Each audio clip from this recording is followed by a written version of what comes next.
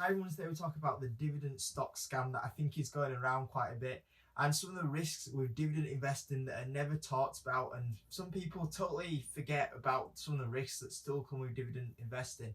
Now, normally when we see people say go invest in dividend stocks, it's easy money. When you get money, put it in dividend stocks, they'll pay you a nice return and that's it, and that will get you rich. And that kind of attitude really does annoy me, and there's a few reasons why, and I'm going to talk about them reasons why it really annoys me. And I've not really talked about it at all, but I feel like I've got to talk about it to try and help people that kind of get told that and think it's really easy money just investing into dividend stocks. And the other reason why is because I wasn't going to make this video, but then I saw an article about Goldman Sachs who said that go invest into dividend stocks and get a nice return from them. And it wasn't just purely that's where to go. There was other few reasons in the article why they were saying to invest in dividend stocks, but just saying that, it's just easy money really going into dividend stocks. And hopefully I have this video today. If you're looking to invest in dividend stocks, maybe it'll help you a little bit with some of the biggest risks that happen in dividend investing and the way that people lose quite a bit of money invested into dividend stocks. So to help me get the point across about why I think that dividend stocks is actually still a really risky way of investing, I'm going to use $5,000, and I'm going to say that I'm going to invest $5,000 in Ford, and then I'm going to invest $5,000 in Microsoft and see which stock performs the best.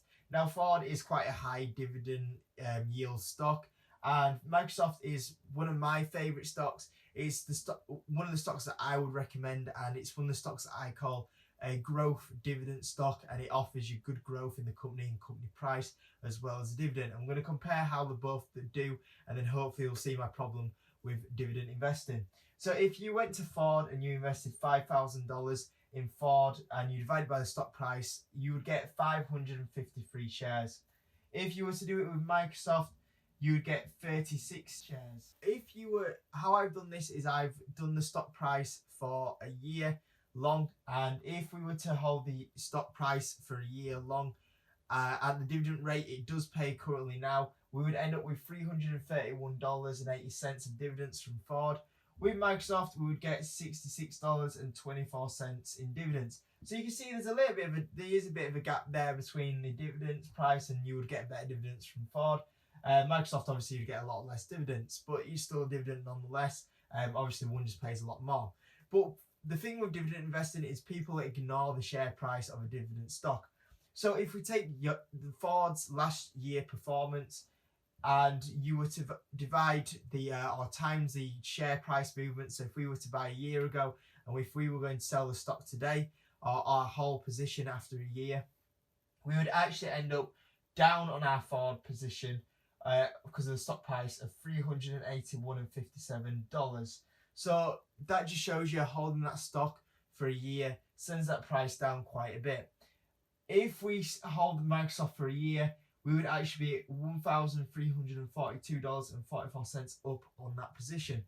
So Ford, we have, because of the stock price going down, quite a big hit, and because of the Microsoft price going up, we're up a little bit more, and the dividend as well. So that would give us on Ford a total return of, a loss of $46.77. So if you put a year's money of $5,000 into Ford, you'd actually be down on that position right now. So you'd have made a loss of your money over that year. If you put the same money in Microsoft, which I class as a growth and dividend stock, and the share price going up in a good way, would actually be up $1,408.68, which is a decent return really. So it just shows you it's not all about dividend investing, guys. Ford is one of the biggest recognized dividend stocks with a big massive dividend yield, but if that stock price isn't going to be going up, it goes down, then everything you earn from the dividends will just be cut out because of the stock price. Whereas if you go for a stock, guys, where it does pay you dividends and it's going to be a healthy return on that stock price, you're going to keep them dividends and also be up as well. So people say about, dividend investing, easy money. It's not easy money overall. You still need to be investing in a stock that is fundamentally strong, where the stock price is going to be going up. Otherwise, that stock price will start knocking into your dividends, and really you end up with nothing really. So that's one thing that you have to be really careful of when investing in these dividend stocks, which I think people never talk about, is that you still have to be a good individual stock picker to know where your price is going up, so you get that dividend and that stock price bonus as well. And that's how you make a good, decent return on the stock market when investing in dividend stocks, guys. So I thought I'd share that because I think that sometimes people push people towards dividend stocks and not really talk about that you still need to get a fundamentally sound stock where the stock price will go up.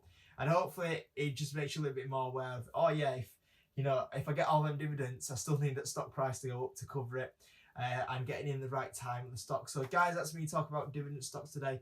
Hopefully it helps some of you that were looking into getting into dividend stocks. That's the whole point, is I'm just trying to be a bit helpful and share a bit of knowledge in the stock market. And if you could give the video a like for it and subscribe if you haven't, that'd be awesome.